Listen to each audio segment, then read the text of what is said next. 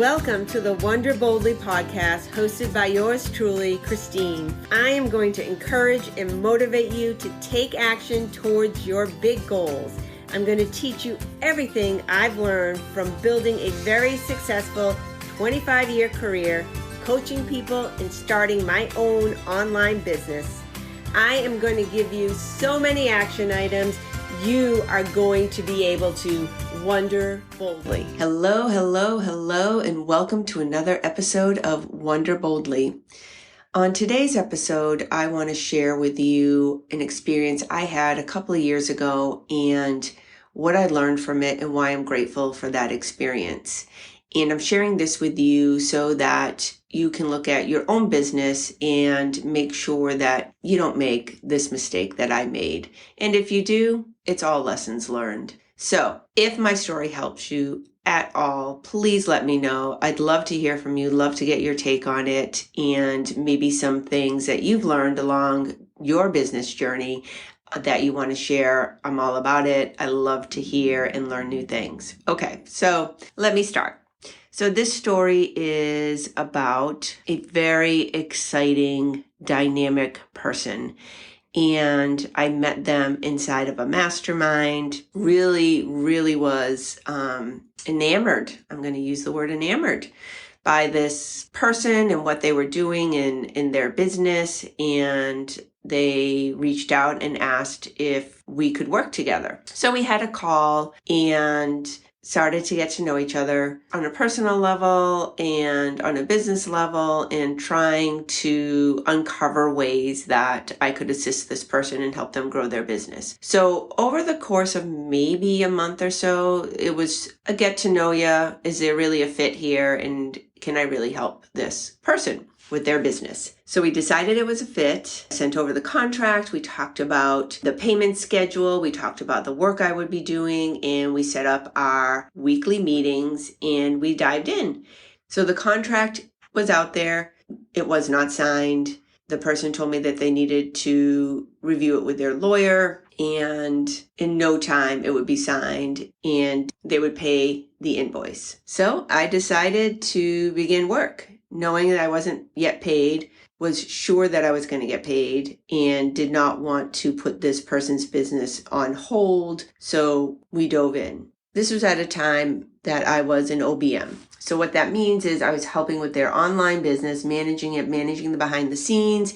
If I had a team member that could help assist with certain aspects that maybe I did not work on, like let's say design aspects, they would do that, and I would do setting up the back end, setting up landing pages, setting up the CRM, all the sort of the back end things. And so this went on for a while, and we were meeting on a weekly basis. I was so excited. I was so excited for this person. I was so excited about their business. And I always sort of had, in hindsight, this nagging feeling.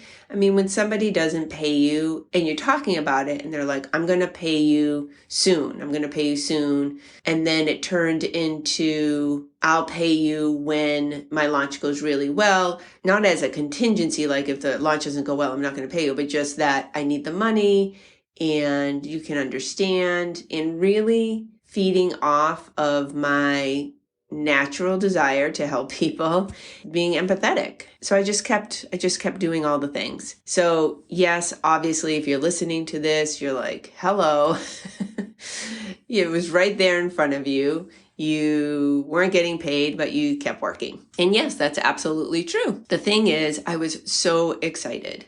Loved doing what I was doing. I loved our calls. We had weekly calls, and those weekly calls when you're in business and you're coaching somebody, weave in and out professional and personal things. I just really felt for this person. So kept working, wasn't able to pick up any new clients because there was so much work that needed to be done in this business.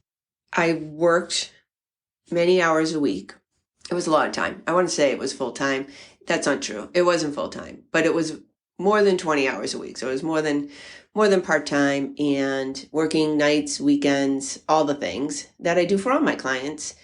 And when I'm really engrossed in somebody's business, I do a really bad job about maintaining my own. So meaning like increasing my network, increasing my collaborations, all the things that I teach my clients. In my own business, I kind of put that to the bottom of the list when I'm working on somebody else's. So that's something, raising my hand, you can't see me, that I need to work on.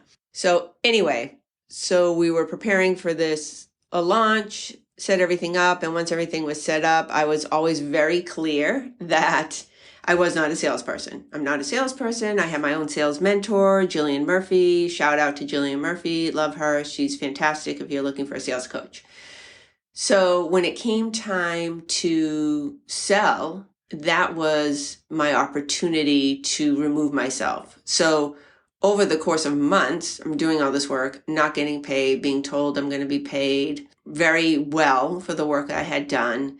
Numbers start getting thrown out that are really not numbers I'm comfortable with, that this person is going to pay me. So I'm saying, well, I really appreciate that you see my worth at that level. I think that's too much for the work that I've done. And that started to be red flags. Like for me, I know my worth. I know what I feel I should be paid. And then for this person to be saying they're going to pay me like triple that was a red flag. That was like, okay, this person. So at first I was thinking, oh, I need to educate this person. I would never want this person to pay somebody else this. Like that is way too much. And then everything started to align. Like, this doesn't make sense. I'm not getting paid. They're talking about this really large number. I'm not comfortable with that large number. I told them that, So at the point of when everything was ready and it was time for this person to pull in salespeople, I was able to remove myself because I had done all that I had talked about doing. I removed myself. Like I said, that was 2 years ago. I've never been paid. I won't be paid. I've asked maybe a year ago, and I will not continue to ask to be paid. I get a lot of advice from people saying I should do something about it to get paid for that time. But for me, the lessons that I learned in that are, air quotes, priceless. So the lessons I learned are this. One and foremost, the best lesson is go with your gut. So looking back, I always had sort of this feeling that something wasn't right. I can't put my finger on it, but it was just there. You know what I'm saying if you've had that type of feeling. Something just wasn't right. Second is what this really taught me, that I'm really happy about, you probably hear my voice, is I do not want to do that work.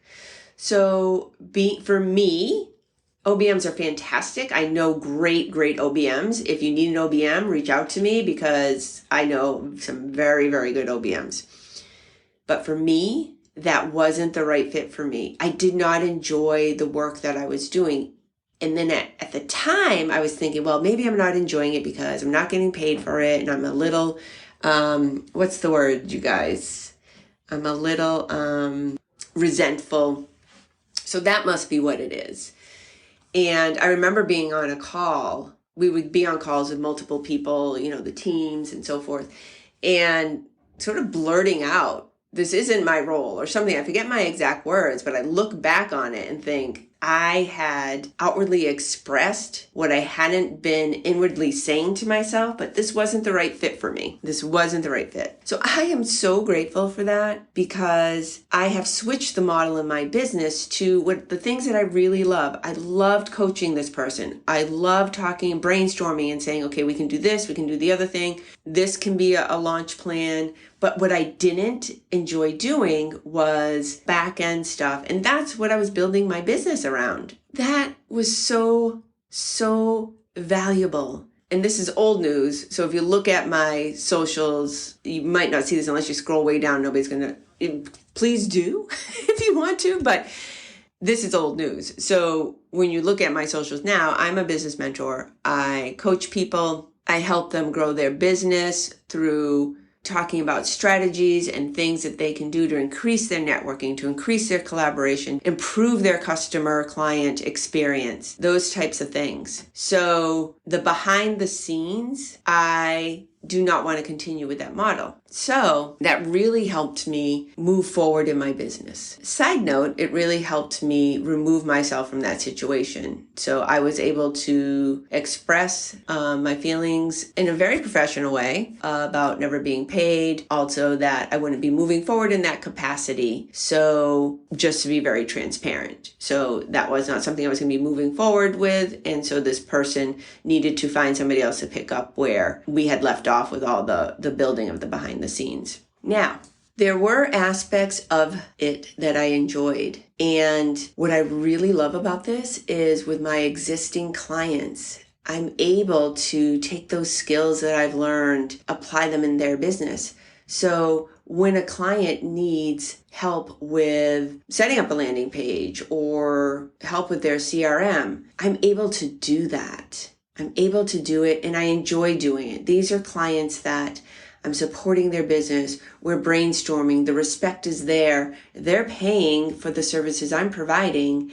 And I get this real satisfaction from rolling up my sleeves and getting in there and helping in the behind the scenes. So my business model is not an OBM and I'm going to do all the things and have a team. That's no longer my business model. But the knowledge that I gained, I'm able to help my clients with their behind the scenes. And that really fills my cup. So this whole experience was really so beneficial and really invaluable. So I want to sum up here because I know I weaved in the lessons learned and weaved in the story. So I just want to sum up as we do on Wonder Boldly. What are the action steps? And be really clear. So being really clear, the lessons learned with one, go with your gut. The other thing is setting boundaries. So these are the times you can expect to hear from me. This is what I'm going to be doing. Being really clear about that. Putting it in your contracts, putting it on your invoice, however you do things. Being really clear in writing what you're doing for your client. So that sometimes we do extra. All the time we do extra for our clients. Let's be real, right?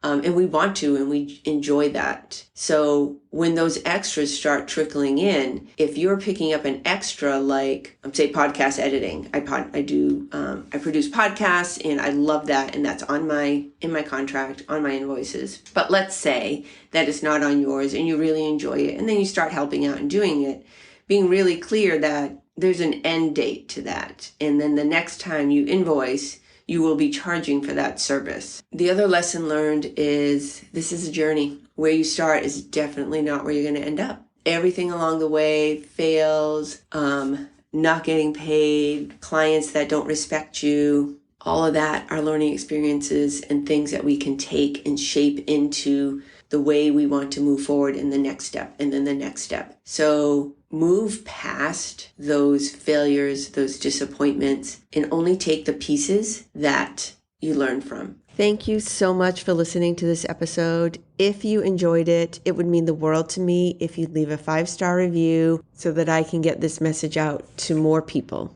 And until next time, continue to wonder boldly.